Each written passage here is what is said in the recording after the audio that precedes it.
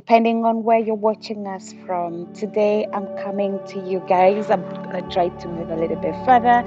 It is day 27 of the Staying in Momentum um, intermittent fasting challenge. We've been doing this challenge. It's unbelievable to believe that it's been for the last couple of days, and today is not a different day. I'm just coming along because there is something that I want to talk a little bit about. And so, if you're online live watching this, welcome. Good to see you. If you're not online, I believe that you will watch this in time to come. Thank you so much for catching up with us. Thank you so much for every support, to everyone who likes these messages, who shares them, who subscribed. All of you guys, we really appreciate you. Thank you so much for everything that you do. We really much appreciate that. So today I'm coming along to talk about something different. Yesterday I talked about ways in which you can be able to break free from any kind of, in a way, bad habits. And today I'm going to talk about how to establish good habits. And so stay tuned, stay tacked, look for a cup of tea if you need to. We have a really nice weather in the UK. That's why I'm sitting outside in the garden and trying to kind of enjoy the summer as it lasts, because next week apparently we're going back into winter. Please, God, have mercy. And so I'm going to go straight into it. I don't really want to spend a lot of time doing this. I'm just going to try to put up some notes on my phone. If you see me reading them, it's just I'm going through my phone just because I don't want to forget anything at the end of the day. One of the things you need to understand is that establishing healthy habits can actually involve setting goals. You don't just wake up in the morning and then you say, like, well, I am setting up something new. I'm changing something that I have always done for a long time. It will actually mean you have to, in a way, set goals, and so that you can be able to measure those goals and be able to see when you have been able to achieve them. And so if you want to do this, number one is set clear goals. I said yesterday, if you know what you want to break free from, it will help you to be able to understand how to do that. And so if you want to know what you want to achieve, set those clear goals so that at the end of the day, you plan to work with something that you know exactly this is going to work, or is not going to work. One of the things that I usually say is I run because I want to be able to have a healthy heart. And so I set a clear goal and say every single day, whenever I'm able, I'll do 5 kilometers run. And so when I go to run, I target and say, well, 5 kilometers in the middle of the week, 10 kilometers when I have some time. So this morning I'm out to run for 10 kilometers because it's something that I knew I've set up a goal to do that. So if you don't have a clear goal, there wouldn't be anything you're working towards. Your whole healthy goal might be maybe to lose weight or to change something in the gym. So if you say you want to lose 10 kilos in 1 year, then you can break it down into smaller goals. They usually say if you're setting goals, your goals need to be smart, isn't it? They need to be specific. Let me break it down into nutrition goals or health goals. Specific goals can be, I want to lose 6 kgs in X amount of time. Measurable, I want to lose 6 kgs. You can measure 6 kgs. You can divide that into smaller time. 6 kgs over 6 months. That means every month you're aiming to lose a kg. And then how can you break it down into the micros? If I want to lose 1 kg in a month, how much does that translate into a week? How much does that translate into a day? Then what can I do in order to be able to achieve that? So kind of start with the macro goal, the bigger picture, and then start breaking it down into smaller chunks until you get to the micro scale that you're like, okay, in a day I need to lose 100 grams. So then if I'm losing 100 grams, I need to adjust my diet by such amount of calories so that I can be able to achieve this at the end of the day. Again, something to think about. Start with smart goals, specific, measurable, achievable. Are you going to lose 10 kgs in a week? But are you going to be able to lose 500 grams in a week? It is achievable. So set those goals that you know you can be able to achieve at the end of the day. And then the realistic. Again, How realistic is that goal that you're setting for yourself? How realistic is it to lose 10 kgs in a week? It's not realistic. But if I am going to talk about losing 2 kgs in a month, that's something that is realistic. And then have it time bound. Like, have the time that you're saying, I want to achieve this for this amount of time. Am I able to achieve it in that set amount of time? And if you're not able to do that, are you going to be able to adjust that time? Or are you going to be saying, like, well, I didn't achieve it, so I throw in the towel, I'm never going to do that? So start with specific goals. Your goals must be smart, they must be measurable, they must be specific, measurable, attainable, and then, of course, realistic and time bound. Number two, start small. I mean, I've said this so many times. If you've watched the many videos that I've posted here, you'll know that I usually say, if you're starting big, like yesterday I said, you can't start if you've been drinking 5 sugars every single day. You can't wake up in the morning and decide you're not going to have sugar anymore. You can start by adjusting and saying, I'm reducing half a teaspoon of sugar, and then eventually you get to 0 teaspoons in the end. You can start by walking 5,000 steps a day, eventually get to 500,000 steps in a year or whatever. You can start with, for example, those baby steps. Don't neglect or never underestimate the power of those baby steps. Start with those small changes. Start with those manageable changes. Try using, if you're trying to overhaul a whole lifestyle in one go, that is gonna overwhelm you. But if you're gonna be doing that step by step, one step at a time, one baby step at a time, that's going to be achievable at the end of the day. Number three, create a routine. Let habits be part of your routine and be consistent about it. I can never say to you guys how enough it makes much more sense to be able to repeat something. Repetition produces mastery. I've said that in one of the videos that I've posted about consistency. If you constantly do something, a routine, and you constantly repeat it with time. That's why we've been doing 30 days of intermittent fasting, because we know that after 21 days something becomes a habit, and 90 days it becomes a lifestyle. And so why not start with something like saying, I'm going to create a routine, and this routine includes my exercise. So for me, like, for example, my routine is every single day, whenever I'm able to, I wake up in the morning, and then after I finish up my morning prayers and things like that, I hit the road, go for 5 kilometer run, and then I come back home and I can go back to work, do all the other things I need, added extras. But I have the routine that I work with, and that has really been helpful over a long period of time. And so maybe create that routine and say to yourself, my routine will be, if I want to establish a healthy exercise routine or habit, start it with, if I want to do this, I want to exercise, maybe do 100 kilometers in a month. Break it down again over what are you going to be doing. And I find that if you are constantly doing things over a given period of time, like I run in the mornings, is part of my morning routine, and I can barely forget about it because I've done it and gotten it out of my way, and I can move and do the rest of the things. So number three, create a routine. Number four, track progress. How can you be able to track the achievements and say, this is what I've achieved? And that's why usually I say, like, even if you want to lose weight, or maybe you want to change or break free from something, how will you be able to know you've achieved that if you're not tracking progress? And that's why we have been doing this challenge, and I've spent some time doing weighings after 10 days to see how am I progressing. And of course, you can actually keep a journal, like I journal almost every single day. You can also as well monitor your progress using like different apps. I've talked about, for example, my fitness pal, which I use to track my calories if I want my progress, things like Strava to track my runs, and that's something that has been really pretty much been very beneficial. Number five, look for ways in which you can stay motivated. If you're demotivated, you are not going to continue staying with that healthy habit.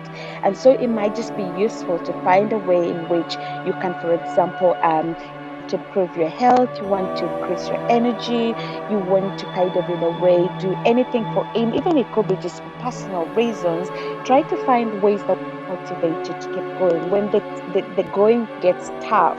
What are the things that will keep you continuing with the journey? It could be things like, for example, if you want to fit in a dress, or it could be you want to feel better, or you want to improve a biomarker of disease and things like that. And that can be a good motivation. Your why will motivate you and keep you going when the going gets more tough and difficult.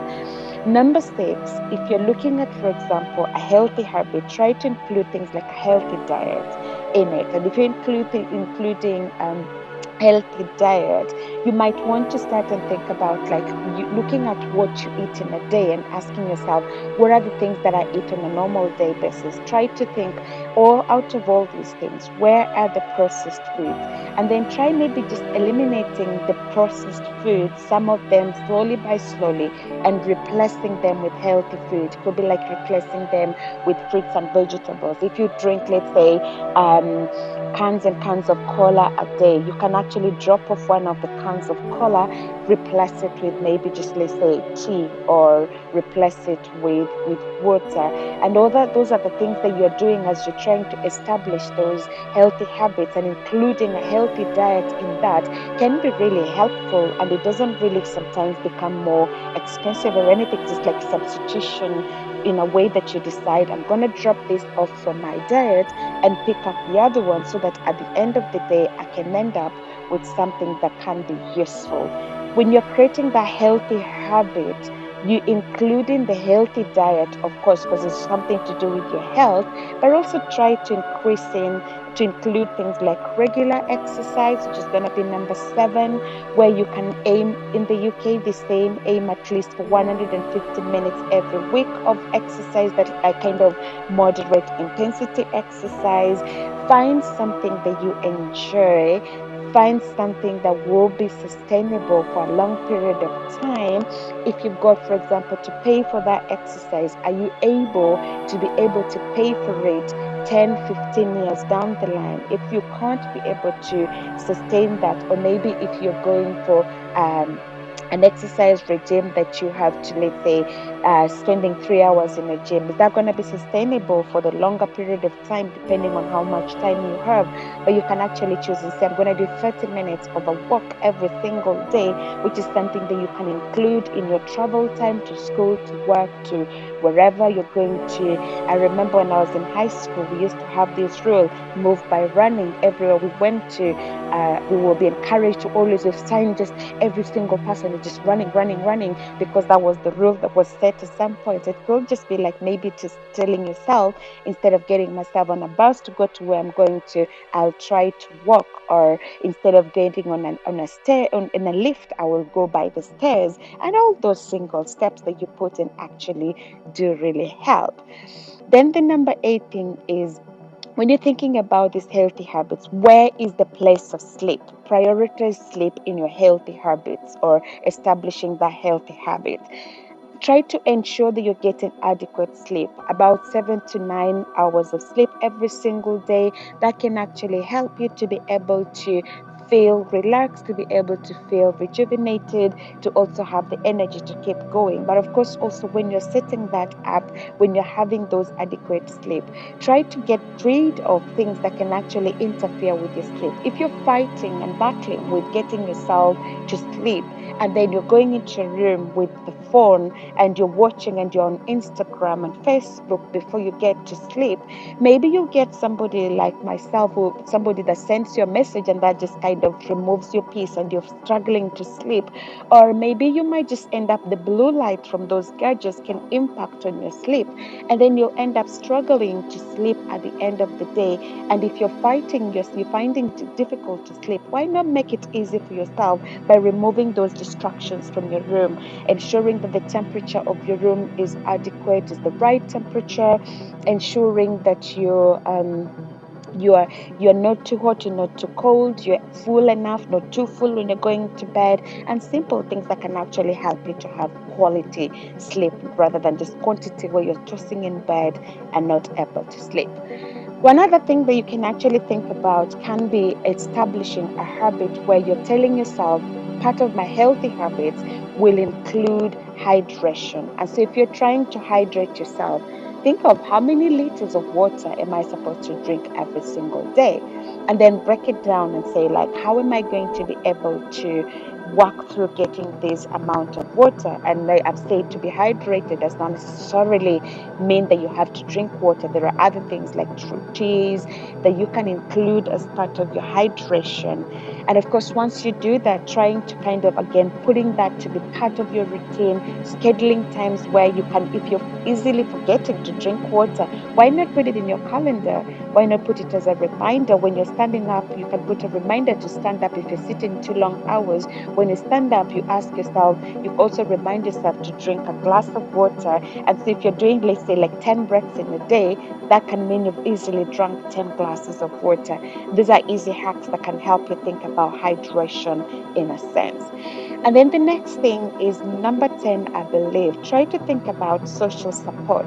Who can you do that journey together with you? Who can be that support person?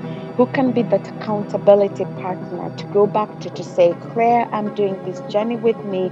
Could you support me? I've talked about openly how my sister was the support partner that I needed at the beginning of my journey. I've talked about Strava being my support where I need with my running at this journey, at this part of my journey. I do have done intermittent fasting with Abby, with Ray. Those are people that have supported me in those times when I felt like, well, I don't want to do this anymore. Who are those people that will share those goals with? And it could be family, it could be friends, it could be on Facebook. There are so many people who are willing to, there are so many groups. Like I belong to a runners group on Facebook, and I go on just sometimes to see how people are running, and that encourages me. I belong to several groups as well that look at health and nutrition and things like that. And that could be your support group that you can find there. Number 11, I don't know if I still can keep that touch. Maybe it's 9, 10 or 11. Can't remember which one is this now. Seek professional help. If you can't set up a goal and stick to it by yourself, try to ask yourself, who can I do this journey with? If you need help with nutrition, get a nutritionist. Try to speak to a nutritionist to help you. If you are dealing with a health condition and you need some help and advice on how to reverse that through diet, you need a dietitian. Speak to a dietitian. If you're struggling with setting up some life goals, maybe you might need a life coach. Speak to a life coach. If you're going to the gym and you're not seeing much impact from going to the gym, why not speak to a personal trainer, asking somebody that can be able to help you? Hi, Steve. Somebody that can be able to help you with that journey so that at the end of the day, that could be your accountability partner, but also giving you professional support. If it is something that maybe you're fighting with, let's say anemia or a disease condition or things like that, you can speak to your healthcare provider and tell them you want to kind of establish something and ask them to help you in their journey. If you're maybe struggling with an addiction, you can go through therapy, you can go through rehabilitation, you can go through so many different things. And don't be afraid to ask for help, because it is much more difficult to stay back rather than reaching out to ask for help, because at the end of the day, you are looking out and for yourself and trying to establish those healthy habits. The next thing is try to learn back from setbacks. I can't tell you how many setbacks I've gone through in my life myself trying to establish healthy habits. I sometimes tell myself I'm going to do something and I never end up doing it. And when you get those setbacks, don't let them be a discouragement. Don't let them make you to slip back and say like, well, I'm never going to do that. But learn from those setbacks and use them as opportunities to grow. Use them as I was talking to my sister the other day and I was saying, I've been paying school fees for my ignorance. When I learned through sometimes painful lessons that I've actually had setbacks and fallen back, I usually say that's like my school fees for experience in life. So I can actually say, well, I learned this from experience because I paid through the school fees of having to gain that experience. And then the final thing, never forget to celebrate your achievements. Recognize and celebrate success along the ways. That will be a good way that will give you positive reinforcement, but also help you with solidifying those habits, but also be a motivation. So if you have kind of in a way tried to form those healthy habits, also remember it's a gradual process. You will encounter challenges. Stay patient, stay persistent. Over time, these will become part of your life. Don't be discouraged when you fall through setbacks and things like that. Remember, I've always said failure is not final, failure is not fatal. So if you fall back, remember to pick yourself up. But when you have achieved something, for those of you who've been fasting, and then you realize you've lost quite a substantial amount of weight through that fasting, come on, celebrate it. Get yourself out there. Go out, have a drink of a coffee if you love coffee like myself. Go out and have like a walk in the park, or get yourself a new pair of trainers once you've hit that 100 miles that you wanted to run. Don't wait for somebody else to celebrate. To celebrate yourself, but also approach this journey with patience and constantly tell yourself it's going to get better. And so I want to bring this to an end, as always, with appreciating again those guys who continue to support what you're doing. And if you've not considered, why not just share this with somebody else? Pass it on to somebody else. Like it or subscribe if you've not subscribed. That will go a long way in supporting what you're doing. Remember, tomorrow will be day 28, which means we'll be 2 more days into the end of the challenge. Tomorrow is Sabbath for me. I'm going to church, so I'm not going to be doing any streaming. So there's no live streaming for me tomorrow. I shall be back on Monday with something else, and maybe the next steps after the challenge. And my dear friend and sister Abby will be coming back with me on Tuesday, where we will be looking at gratitude and looking at this journey and celebrating the wins along the line. But until then, my prayer is that you'll have a great weekend, is that you will know you're highly loved, celebrated, and appreciated. And I pray that you will prosper and be in good health, even as your souls prosper. Until then, take care. Good day. God bless, and see you soon. Goodbye.